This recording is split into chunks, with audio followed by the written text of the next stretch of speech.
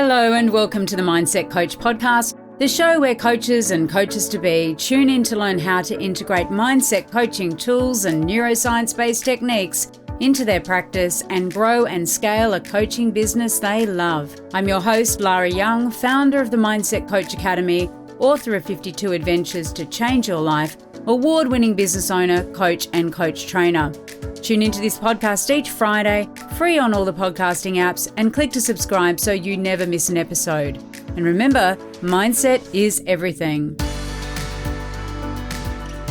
Hello. In this week's episode, we are going to be exploring your coaching toolkit and how do you develop your coaching toolkit so that you are actually using tools and techniques that are appropriate at each stage of the coaching relationship that you have with your client. I'm going to take you through each of these stages with a recommendation for the tools, the skills, the tasks that you're going to need to accomplish at each and every step. And so that you can start to identify perhaps where those gaps are and also get some ideas for how you are going to work with your client right from onboarding right through to them rolling off the coaching relationship with you. So the very first thing, of course, that you need to have in your coaching toolkit is a process and tools that lead you to onboarding your client. Now, this actually starts, of course, before you onboard your client. So how are you attracting your clients to you? How are you actually getting them into your coaching practice, getting them into your world, getting them to know about who you are, who you serve, and how you can help them? And of course, that starts really with your visibility, with your messaging, whether that's on social media, or whether it's through content creation, such as through a blog or a podcast like this one. You want to identify, those areas where you are using to actually be able to attract those clients. So your marketing strategy, etc. Now, we covered that off in a previous episode from episode 1. We looked at your messaging and attracting your ideal clients. So I'm not going to go too much into that here.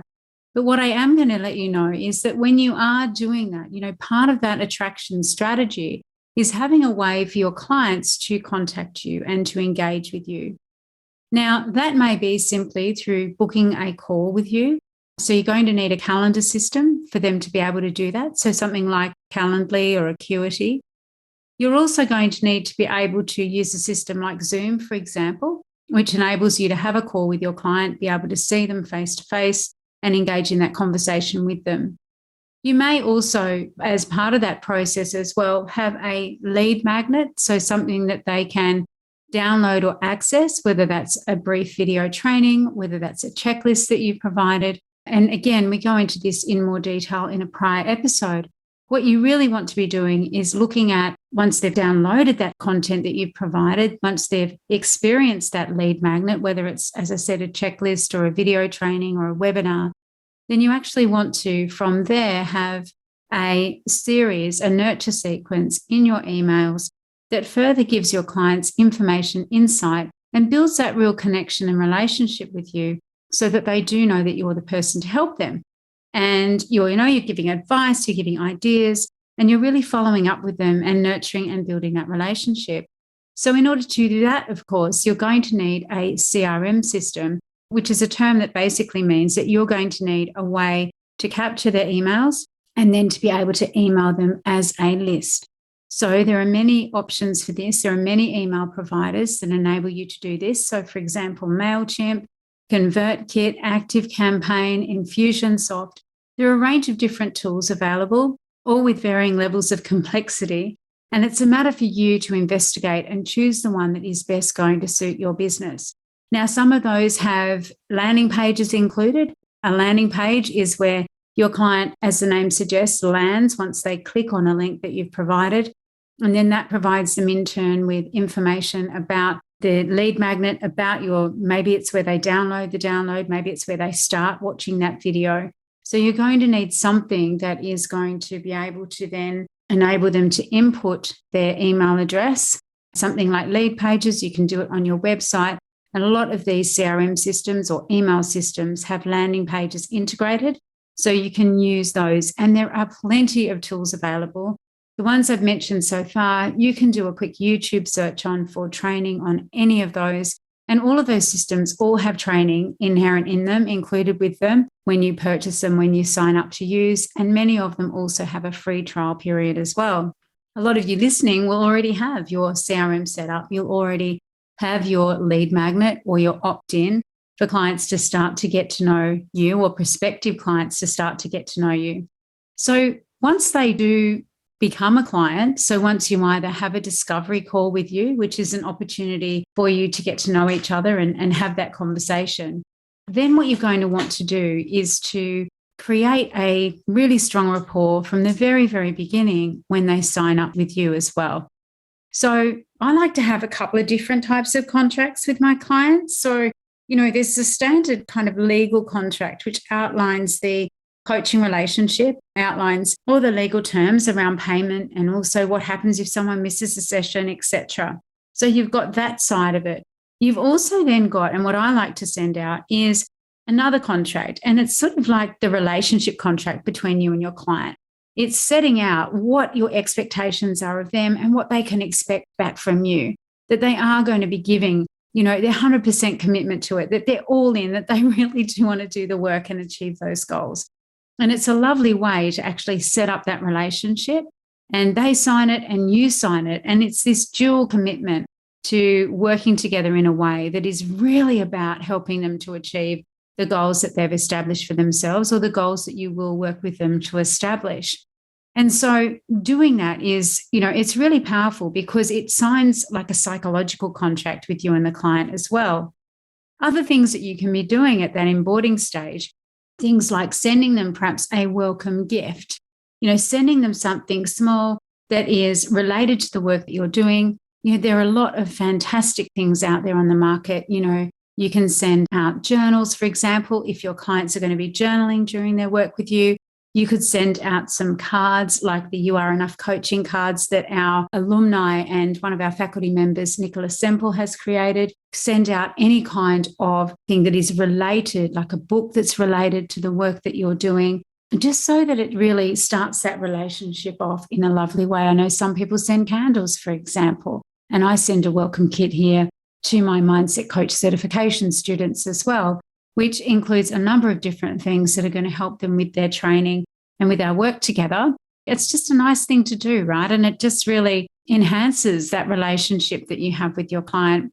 The other thing that you're going to want to do as well at onboarding is make sure that your client has all the information that they need about when your calls with them are. So if you have a booking system, then I recommend that you send them the link to be able to book in all their sessions with you.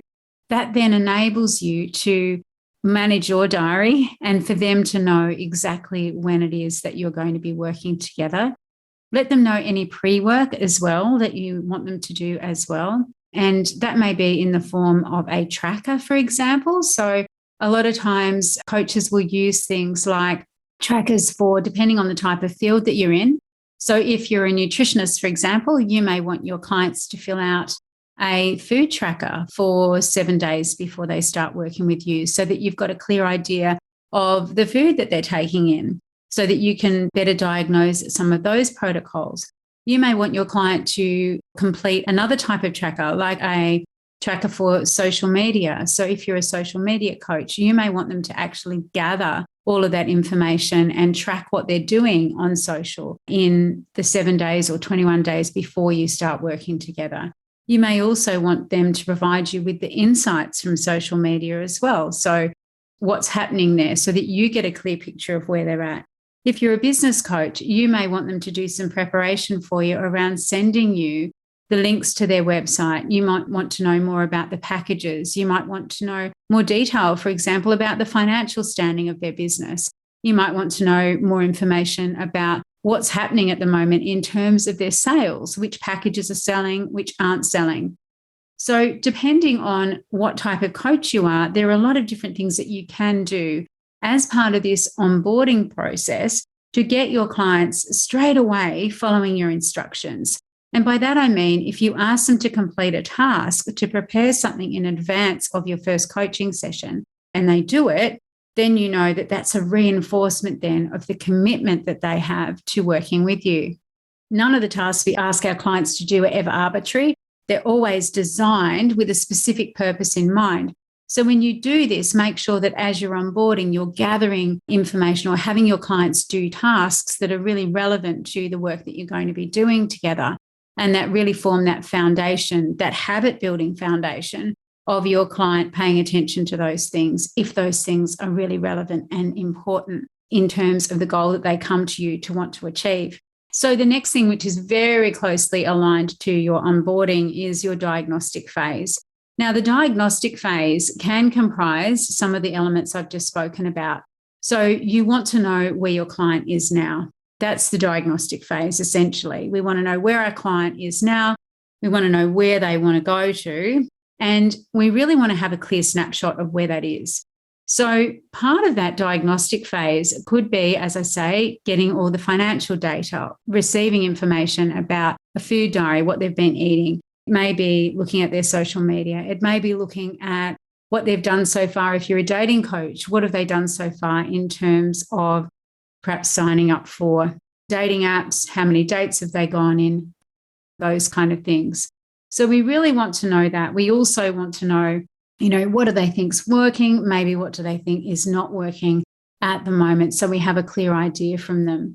Now, the Mindset Dimensions report, which is our amazing diagnostic tool. It's a diagnostic tool that we have created specifically for coaches, therapists, and psychologists, is really designed to measure the 7 elements of mindset. And so you can use a diagnostic tool like Mindset Dimensions, which measures their behavioral preferences. So behavioral preferences, of course, are about how someone prefers to behave on the behavioral continuum in everyday life. And so some examples of that are introversion and extroversion. Does your client have more introverted tendencies or extroverted tendencies? Because you know what? Coaching someone who is more introverted and someone who's more extroverted is a completely different ballgame. You might want to know whether or not they're more detail-oriented, so they need a lot more information before they start a task, or whether they're big picture. They just need to know the general information. So Mindset Dimensions report measures all of those behaviours on the behavioural continuum. There are 20 different ones that we measure, all based on Jungian psychology. You may be using something to measure behaviour like a DISC report or a Myers-Briggs profile or Hogan. Any one of those diagnostic tests that measures behavioural preference, all based on Jungian theory, you may be using any one of those as part of your diagnostic phase. Where the Mindset Dimensions report goes into a lot more detail is that we actually measure things like your client's values, which is another important part of the diagnostic phase. We want to know your client's values because we want to know what is it that is important to them? What is it that is driving their behaviour? Are their values in alignment? If you are a health coach and your client tells you that health is really important to them, it's one of their top values, but their behaviour isn't evidencing that, we know something's out of alignment. We know something's missing, whether that is that they're not equipped, they don't have the skills, maybe they don't have the habits, maybe they don't have the belief that they can do it. So values elicitation is a really important part of the diagnostic phase. And you can do this using, of course, Mindset Dimensions, or you can also do it as a conversational process around values. And in the Mindset Coach Academy, we have a very deep values elicitation process and values work. The next thing that you need to do at the diagnostic phase is really to understand things like your client's beliefs. What do they believe about themselves and the world around them? And again, Mindset Dimensions measures this. You want to know, how are they representing the world to themselves? How are they processing information? How are they taking information in? What are they paying attention to? And how do they represent the world? So are they someone who experiences the world more visually, auditorially, kinesthetically, auditory digitally? How do they actually prefer to take information in? Because once you know this, you can be flexible in your communication so that you're communicating and talking, literally talking your client's language. So that if you have someone, for example, who has a more visual bias in their way that they represent and experience the world, you would use more visual predicates such as, show, see, clarity, clear, those kind of words, so that you're really tuning into their preference when it comes to communicating, and you're much more likely to be able to communicate really effectively with them. And I'm going to do another session all on that, on looking at people's different communication style and how we can adapt as coaches so that our communication really resonates well with our clients. Of course, Mindset Dimensions report also measures those things. As I say, it measures the 7 dimensions of mindset. So you may want to include that as part of your diagnostic phase because it does provide this incredible snapshot as to where your client is. There are other things that you can do at the diagnostic phase as well. You can also do, perhaps you've got your own kind of questionnaire that you create. Perhaps it's a type form that you use or a Google document, a Google form, just so that you're gathering information that is relevant and pertinent to the work that you're going to be doing with your client.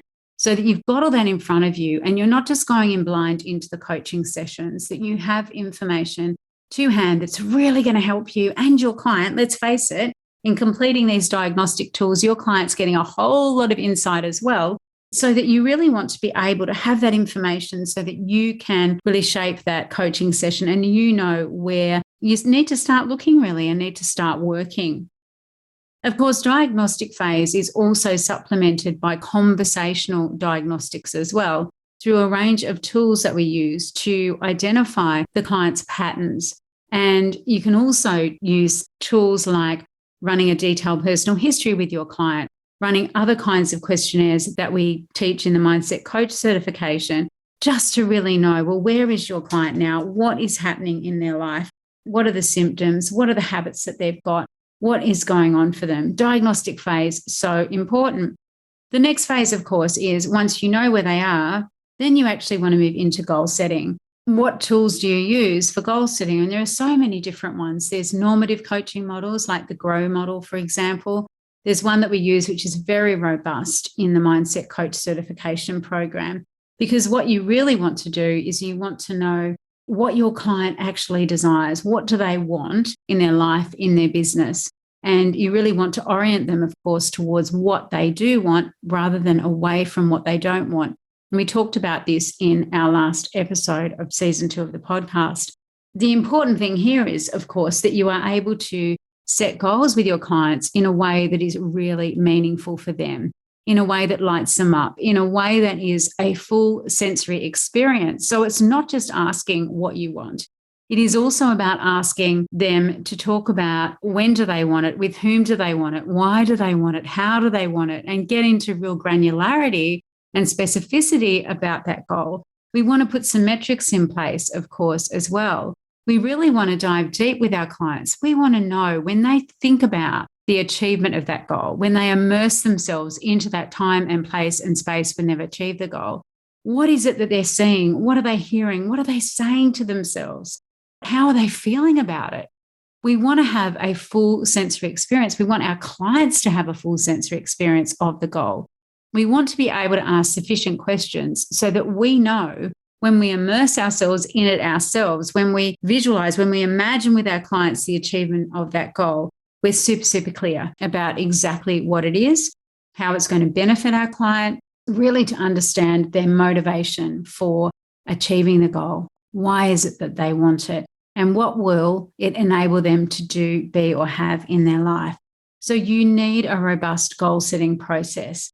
And again, we have one that we teach at the Mindset Coach Academy. You're probably, if you're a coach already, using one.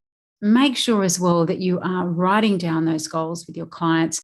Make sure that you are, if you're documenting things, send it back to them and have that top of mind. Ask them to write down the goal as well. Writing goals down, as we know, is just so powerful, and taking them to the next level. So moving them from a 2-dimensional goal where it's written down on paper to 3D, where you've got an immersion into that goal, the achievement of that goal is just so, so powerful. When we work with goal setting, we're also wanting to work with visualization, really doing some future you work around helping our clients to remind themselves on a regular basis of the goal, to immerse themselves in it, to put them into that space as though it's already happened. And we can do this by recording a meditation, a visualization for them, giving them a task around, going to the time and the place when they have achieved that goal. And again, we've got a lot of techniques for that in our overall program. Now, the next thing that you want to be able to have tools to do is to identify conscious and unconscious blocks. Now, you really need to know with your clients what is preventing them from achieving their goal. And there are two types of blocks. There's the blocks that your clients will know about, or the conscious blocks that they can describe for you. And there are the unconscious blocks or the subconscious blocks, the blocks that are out of conscious awareness for them. Now, these blocks, these unconscious blocks, are typically things like their beliefs, values being out of alignment, their thoughts about possibility and potentiality. They can also be patterns that they're running. So it could be that they typically get so far towards success and then ping back. It may be that the strategy isn't working. So they're running a habit to do something and they keep trying and trying and trying by running the same old thing again and again, and it's just not working. So you really need a toolkit that's going to enable you to identify those things that your client is aware of that's blocking them. And often this comes down to sometimes some very seemingly simple things like time. I don't have enough time to do it, or I don't have enough money to do it, or I don't have enough energy to do it, or I don't have enough support to do it, or I don't have enough commitment to do it. I don't have enough clarity about how to do it. I don't have the skills to do it. I don't have a support network, whatever it might be. There are a lot of blocks that your client can come up with in terms of the reason that they're not achieving the goal that they desire. Now, it's your job as a coach to understand what the client perceives is holding them back and to help them to remove those obstacles. Now, often those conscious obstacles that our client will say to us, will let us know about, they're not actually the real obstacle. And a lot of the obstacles are running in that unconscious space, in the unconscious mind. It could be an emotional block. It could be a block around beliefs and what we believe we're capable of. It could be a limiting decision that they've made, or it could be something that they're so ingrained and so wired into their neurology in terms of a habit and a pattern that they don't recognize it anymore. And so what you really want to be able to do is to use strategies and techniques where you're identifying the conscious and unconscious blocks and bringing them into conscious awareness with the client, so then that you can start to change them. There are some powerful models that we teach you for doing this. And perhaps you're already working with this with your clients already. And that's wonderful. I mean, the Mindset Dimensions report does help because it identifies and shows and highlights all of those things in terms of, certainly so that you can see and your client can see, for example, if there's a misalignment of value or their belief about their capability isn't where it should be or needs to be in order for them to achieve the goal. It may be, for example, that they're regularly experiencing negative emotion like anger or fear or frustration or procrastination, which is something else that the report measures. So what you really want to be able to do is to be able to identify these things and have tools and processes to identify these things within your clients, because then the next step, of course, is once you and your client know what is preventing them or blocking them from achieving the success they desire or from achieving a goal, is that what you want to do is you want to create change. Now, there are a lot of processes that you can use to create change with your client. There are a lot on the conscious level. So tasking, very, very powerful from a conscious level perspective. It could be giving your client a task that is going to move them forward in terms of getting to where they want to be. So, for example, if they want to be more visible, one of the tasks you may give your client is that they are going to research 12 blog topics, for example, if they've decided one of the routes to visibility is to, have that content getting out there. But also what you want to have is a range of different unconscious change tools as well. So we use, for example, things like timeline therapy, which is very, very powerful for removing negative emotions or unresourceful emotions, emotions that keep our clients pinging back in the past, living in the past. We use that to take away any limiting decisions that the client has made, often very, very early on, either in the imprint stage or before, so that those decisions, so I can't typically is the phrase that precedes a limiting decision. So we work with them to identify those and then remove them, because limiting decisions precede all limiting beliefs. So we use timeline therapy to do that. it is an incredibly powerful technique because let's face it, if you make a decision, say, for example, you were Angel Gabriel in the school play when you were 5 years old and you fell off the stage, people laughed, then that stays with you. And the unconscious mind is just like a 5 or 6-year-old child. It takes everything literally. And at that time, you could have made a decision, right, well, I'm not doing that again. I can't be visible. I can't be, I can't get up in public again because people will laugh at me. And you set up in your mind this relationship between being visible, being on stage, you're putting yourself out there and people laughing at you and failure. And so what happens in that instance is that every time you then in the future want to go and do that, maybe you want to go in the debate team when you're at school or be in another school play, or maybe you want to put yourself forward for a promotion when you first start work, or maybe you want to be able to, go and public speak or speak up in a meeting. What happens is the unconscious mind goes, remember what happened, Angel Gabriel, we're not doing that. And so the inner saboteur comes out and then prevents you from being really effective, where you do want to actually be articulate and communicate effectively and be seen. But there's this hidden block, this little saboteur that's jumping up and down and saying, no, we're not going to do it. And so from that perspective, when we help our clients to identify those limiting decisions and those limiting beliefs that then support that limiting decision and then remove them, that is incredibly powerful. And we do that through timeline therapy. We can also do it through other belief change techniques. We can also use hypnosis and hypnotherapy to reinforce that change as well, along with conscious level tasking. So a lot of people, though, aren't actually aware at the outset of our coaching relationship with them what those beliefs are. And so having that combination of a really solid diagnostic and then the identification process for those limiting beliefs and limiting decisions and sabotaging behaviors is really powerful. And of course, beliefs are only one element that, our clients can sabotage themselves through. They can also sabotage themselves because they have emotional reactions that are above and beyond what perhaps is required in certain situations. So someone, for example, may be in a relationship and they have a real tendency to become jealous in relationships. And then that begins this cycle for them that they repeat over and over, where something will happen, a text will come in for their partner, the partner will read it, and they'll be thinking, who's texted, what's happened? And then they may then start to become suspicious, feelings of jealousy creep in. They might want to go and start reading their partner's text messages.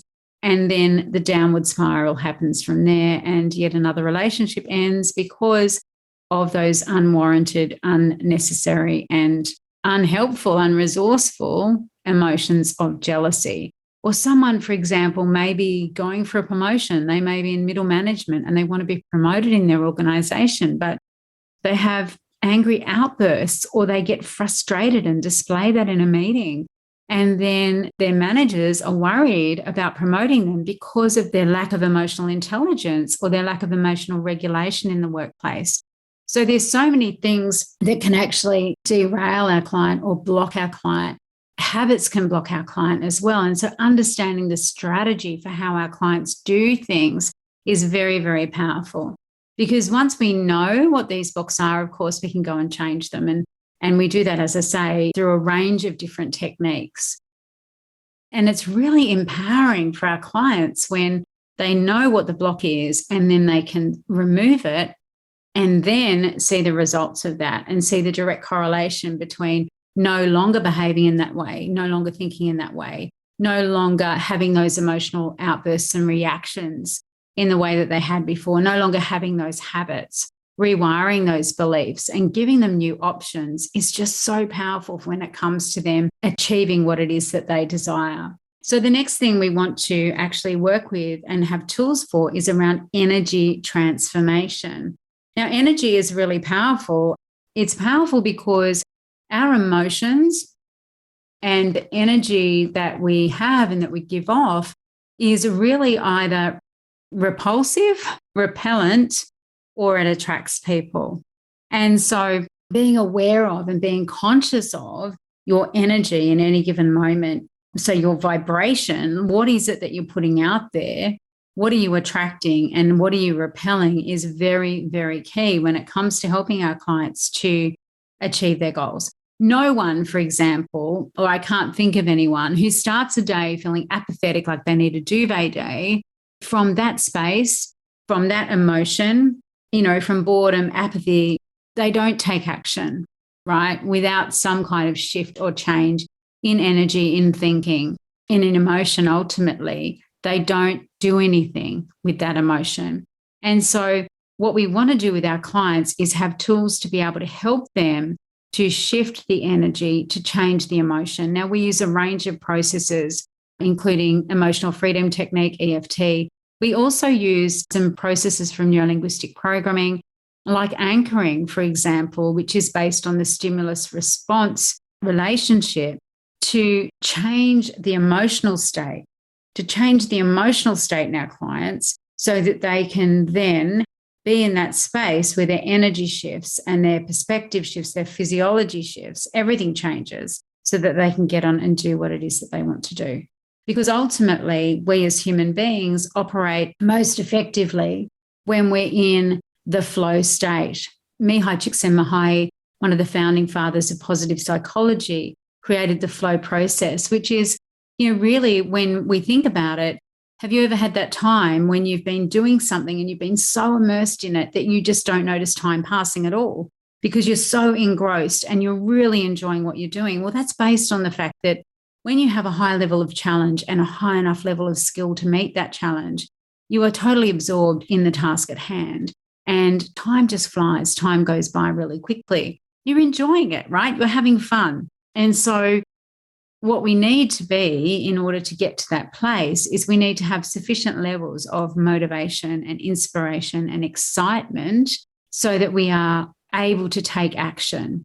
I don't know about you, but it's so much easier for me when I'm in that zone, in the flow zone, to be able to get things done.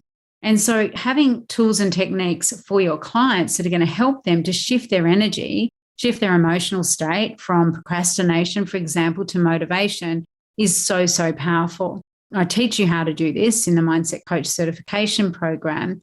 And it is really, really useful when you think about it, that there's even just a direct correlation between our physiology and our emotional state as well. So helping your clients to recognize that, you feel more motivated even when you sit up with your shoulders back and your chest out. That's the position of feeling motivated and empowered. Pretty hard to feel motivated, I find, if I'm kind of like hunched over in my chair looking down.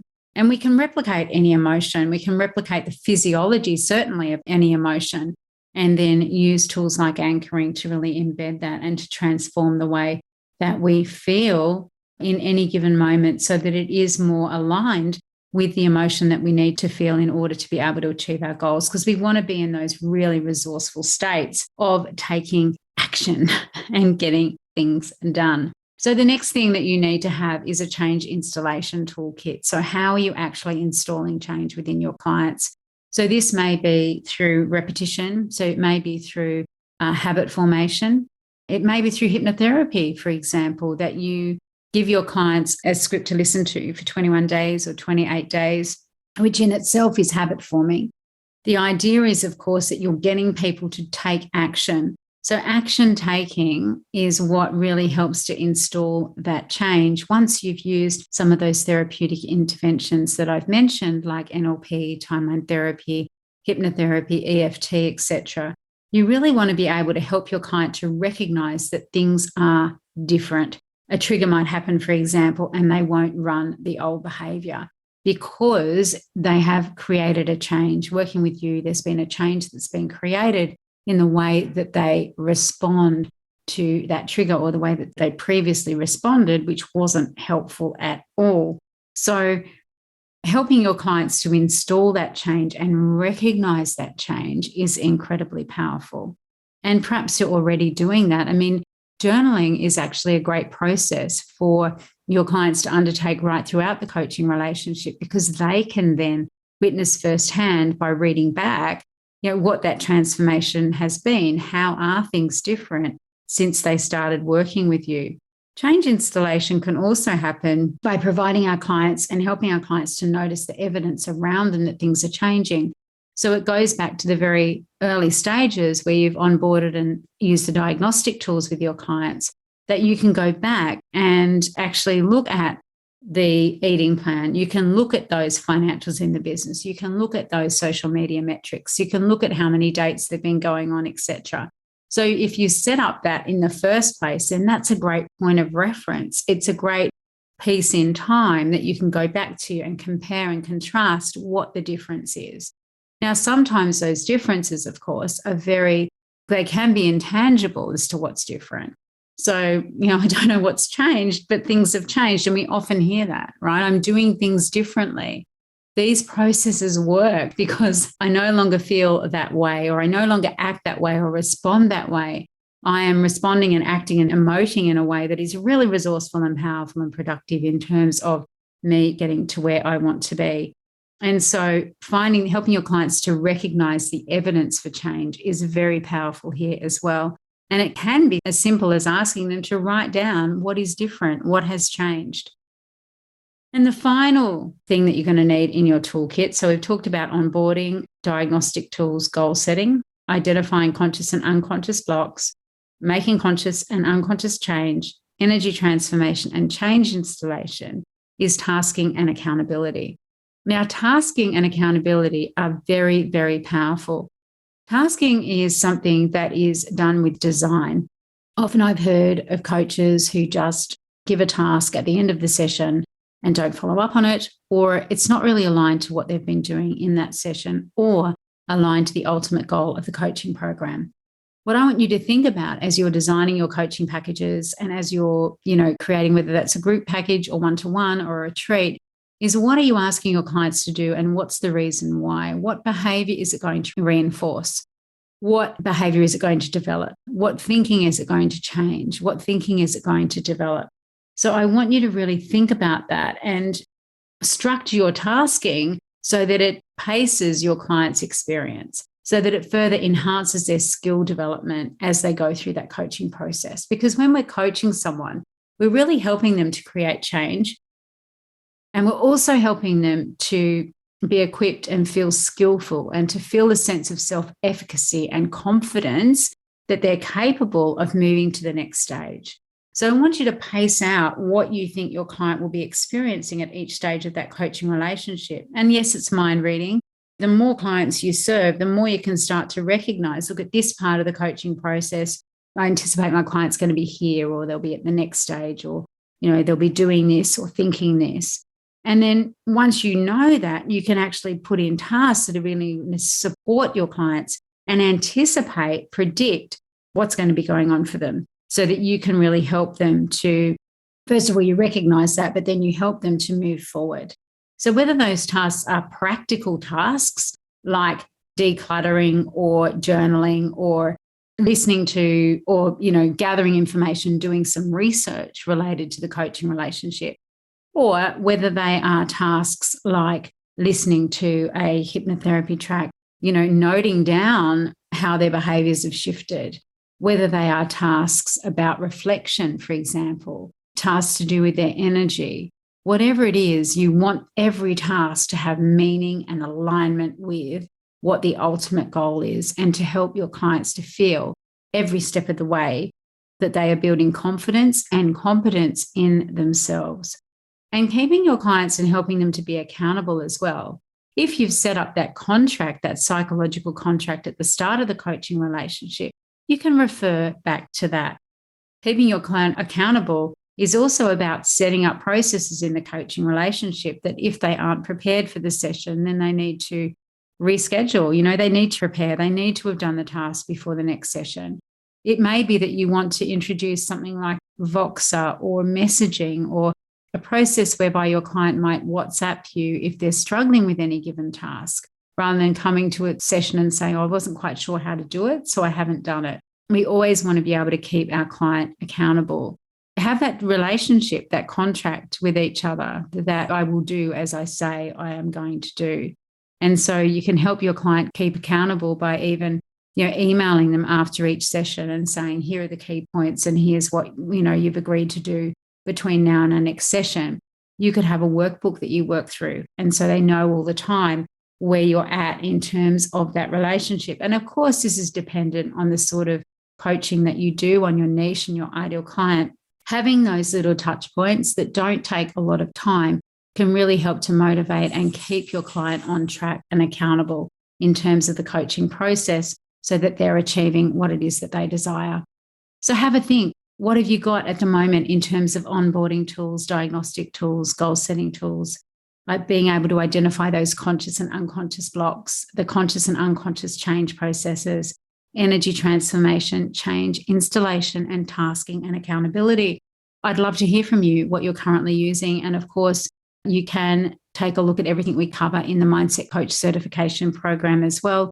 And also have a look at the Mindset Dimensions report, which is, of course, our tailor-made mindset diagnostic tool, which is just so powerful when it comes to understanding what makes your clients tick right from the outset and provides a great foundation for you to go and work with your clients across all of those different areas in a really powerful and meaningful and transformational way. Like what you hear so far? Make sure you never miss a show by clicking the subscribe button now. This podcast is made possible by listeners like you, so thank you for your support. Now back to the show. So this week is our fourth adventure from 52 Adventures to Change Your Life. And this week's adventure is to phone a friend. That may sound really, really simple, but in this day and age, we tend to text rather than ring. And it's interesting, isn't it? How, I don't know about you, but how less frequently we actually pick up the phone to call someone these days than we did before. It's so easy to send an email. It's so easy to send a text or a WhatsApp message rather than ringing and having the conversation. I kind of miss it. I miss that. And so I'm making certainly more of an effort to get on the phone, to have a Zoom call with somebody or to, simply ring them instead of texting. So the challenge this week, I don't know if you found that as well, but the challenge this week for you is that I want you to pick 3 separate occasions upon which someone's messaged you, like they've texted you or they've emailed you, and your automatic response would be just to text back or email back. I want you to choose 3 occasions where you're going to respond not with the same type of message that they've sent you or using the same medium, whether that's email or messaging. I want you to pick up the phone. I want you to ring them. And that's 3 separate occasions. I want you to do that. So someone contacts you via WhatsApp or Messenger or email. If you've got their phone number, I want you to ring them and continue that conversation on the phone, in person, speaking voice to voice. And then the other thing I want you to do this week to fulfill this challenge is I want you to think of a friend that you haven't spoken to for a while, and I want you to give them a call. I want you to have the enjoyment of that connection with that person and just let me know how it goes. These adventures, of course, are designed to help you to do things a little differently and reacquaint yourself and refamiliarize yourself with the things that you love to do and explore new things, new ways of thinking, being, and just enjoying a life and showing up in the world.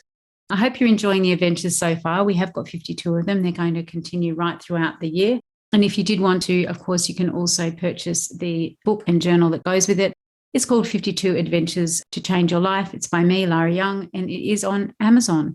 So you can head on it over and get that copy there if you'd like to use that as a resource. It has a section each week that you fill out where you can make notes about what you did to fulfill the adventure, what you learned by it, and what you will change as a result. It's full of great stuff. And some people I find also do these things with their families as well. So if you have got, a family that you want to spend more time with, these adventures are great to do as a family unit as well. So that's it for this week's episode. It's been a pleasure being here with you, and I look forward to joining you again next week for our next episode of the Mindset Coach podcast. Bye for now. Loved the Mindset Coach podcast? Subscribe on your favourite podcast listening app, and remember to leave a review.